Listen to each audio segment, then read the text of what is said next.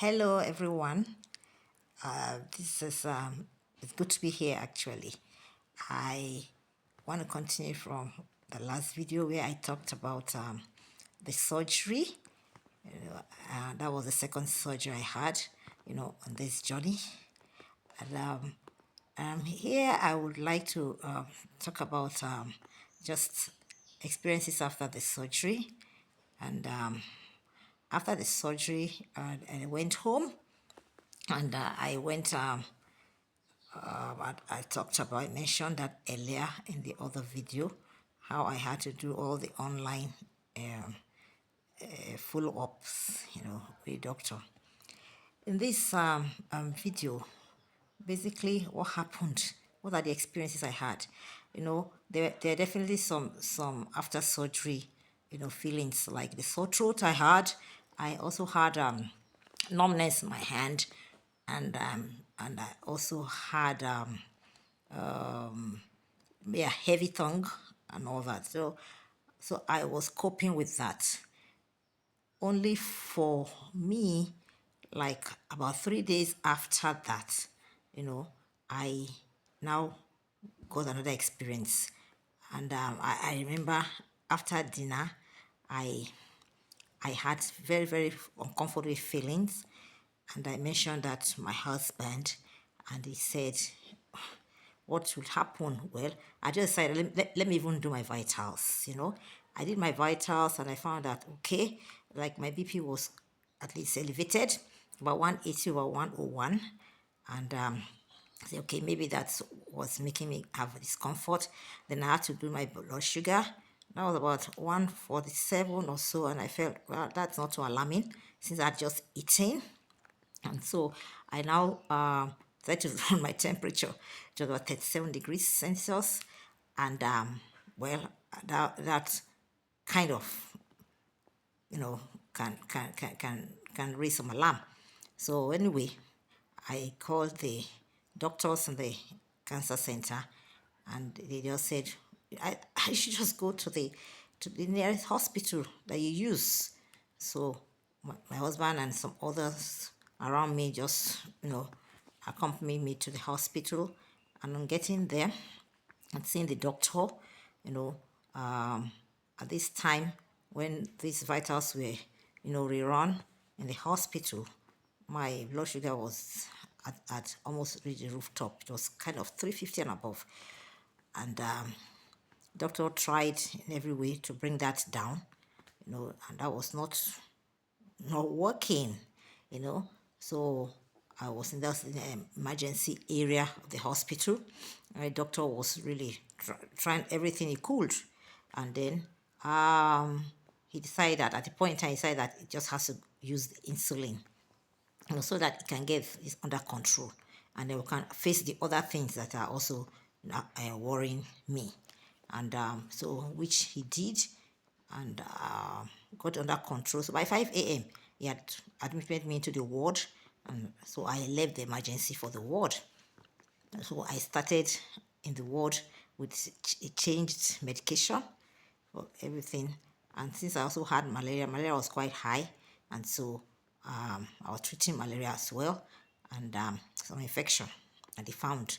And so that was how I stayed in the hospital for about two days or so. And I had to be discharged. And now I'm going home using insulin for diabetes. And I just got to understand that even malaria, does bring out all these things. So most of the time, doctors just try to eliminate malaria. Let us just leave malaria out of the picture. They try to do all that, and but I went home and I started feeling better days after, and I had follow-ups weekly, just monitor the diabetes. I had to monitor all that. And then after all that, a few days after, I had to go for my appointment, back to the cancer center.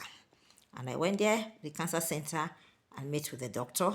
This is surgeon that operated on me.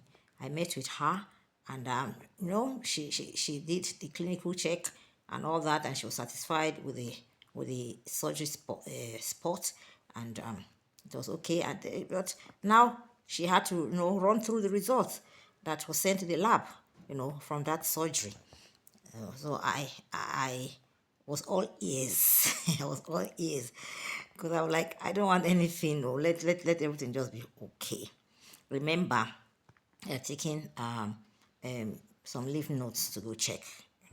So every other thing apart from the lymph nodes was okay, but for the lymph nodes, she had to explain that out of this the 8 lymph nodes that she took out, 3 were affected.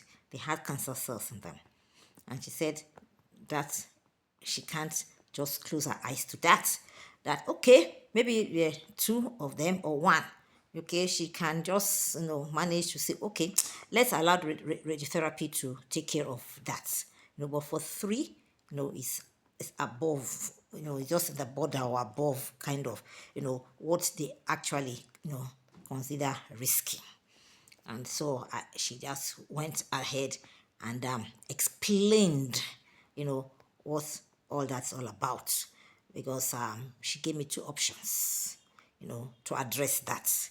Give me 2 options. The first is that I might have to go back, to into the theater to take off the lymph nodes in that area, all, and basically that option for her it's a risky one because it can affect my nerves and have a permanent damage my hand, that right hand, and so she left it there and now explained that second option for me to go for a chemotherapy.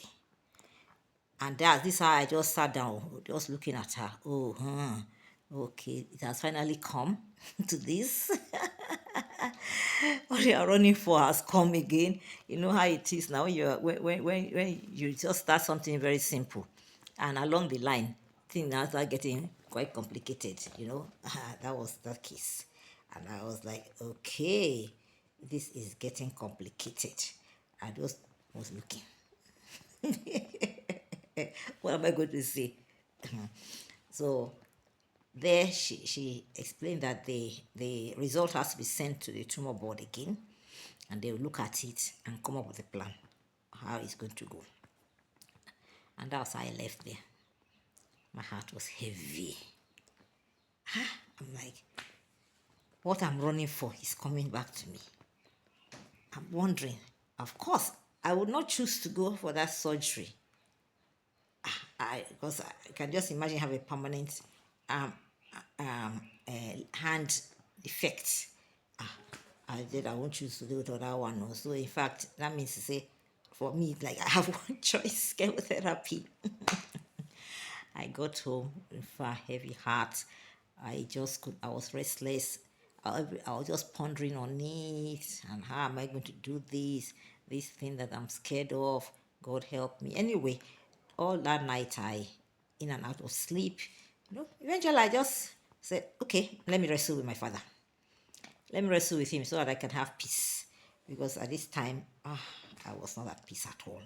So I just left the room. I went to an isolated place and I cried.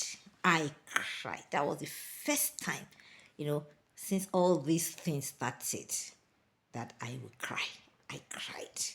And then I prayed. I wrestled. I read my Bible. I was, reminding God of so many things. And so the wrestle was like, it's just like, how Jacob wrestled with God. You don't bless me, I won't leave you. I was there. And then eventually, there's this peace that came and strength that came. And it was like, okay, you're ready to go. And I'm going with you. Your hands in my hands. That was how I felt. And I just said, okay, God, you are here with me. You've answered me. Because I don't know how I'll go through this. I heard it's so painful. I heard it's this. I heard it's that. Please take me through. I need your strength. Thank you. I just prayed and God has been so faithful. He held my hand. He did. He gave me that peace that I needed at that point in time. And that would have been running with. And it gave me that strength, to face this harsh treatment. And I ran with it and I was happy. So that was how I was able, to overcome that particular, stress of my life. And so I I was happy I did. And already this was already the end of August, and then basically, since they had sent the result to the tumor board, I had to wait and then get whatever the plan they have for me. And then also, just to know that now at this end of the month, this particular doctor had came in from the US, now has completed her assignment here. She was to stay for 1 month. That was the month of August. And so she was to leave back to the US. So I think that was my last time of, consulting with her. And also, my darling sister-in-law, Esoy, also was here with me for 1 month, you know, and she served me. She cared for me. She did. In fact, it was like I, when you are recovering, you need somebody. You need that person, that will give you comfort, and that's what she brought to me that month. And she was going back, So I needed that strength from God. I needed God to pull me through all this, and then hand me over to whoever next who care for me, So I said I left end of August back to work in September. And that was it. So I just waited all that while until it was time for me to visit the hospital again and know the plan that they have for me. And so that was how that went, and I'm grateful to God. It's just like, okay, I'm prepared for to go through fire. I thought about the chemo. But to God be the glory. Thank you so much for listening. Bye.